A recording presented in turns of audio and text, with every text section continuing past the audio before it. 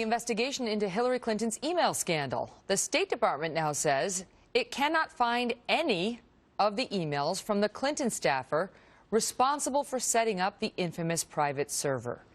None of them. Joining me now, Fox News senior judicial analyst, Judge Anna Napolitano. All right, so I don't know if this is a bombshell. Is this a bombshell? It's something that causes it closer and closer to a perfect storm for Mrs. Clinton. There's a lot of moving parts. Last week, her 5 closest aides were interviewed by the Department of Justice and the FBI. One of them reportedly said, I don't remember, I don't remember, I don't remember. Red flag to the FBI. Next week, Mrs. Clinton will be interviewed by the FBI, even though she told all kinds of reporters over the weekend, I've never heard from them. Of course she never heard from them. Her lawyer has heard from them.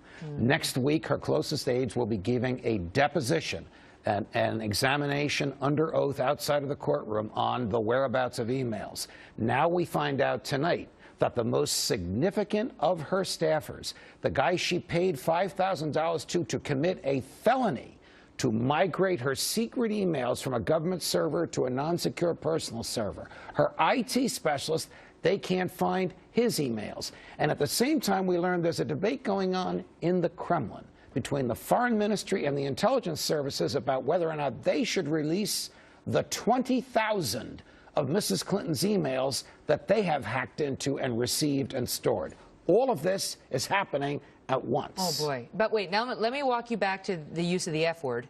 And I'm not talking about mofo. Right. I'm talking about felony. Right.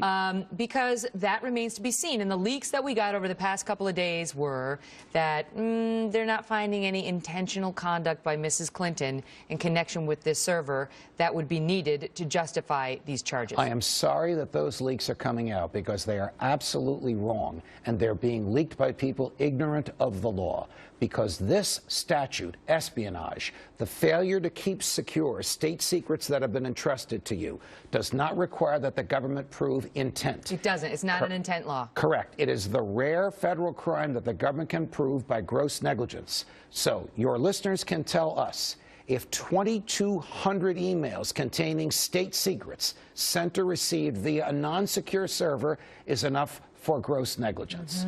They may not find that. I get your point, but that just because the number itself does not mean she was grossly negligent. It does depend on the content of what was in there. They can prove intent if they want to, because there's an email from Mrs. Clinton to one of the 5 of her aides saying, that document you have that says secret on it, white out the word secret. I want to read it tonight. Fax it from your home fax machine to my home fax machine.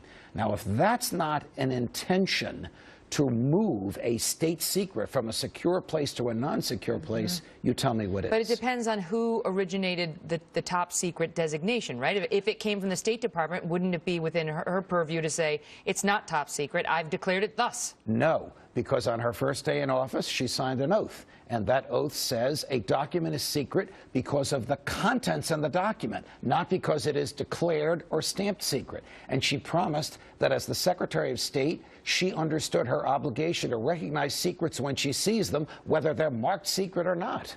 Look at him go. You can tell he had a career in the courtroom. Well, banging on the table. I'm disappointed that her people are spreading false information, but it does tell you this politically. They are worried. Well, it's always a little when all the staff gets interviewed and then you know they're coming for you, and that's very scary. I mean, it's never happened to me, but I imagine it'd be very scary, and I never want it to happen to me. That's why I know the judge and I have him on every week. I think our relationship is intact.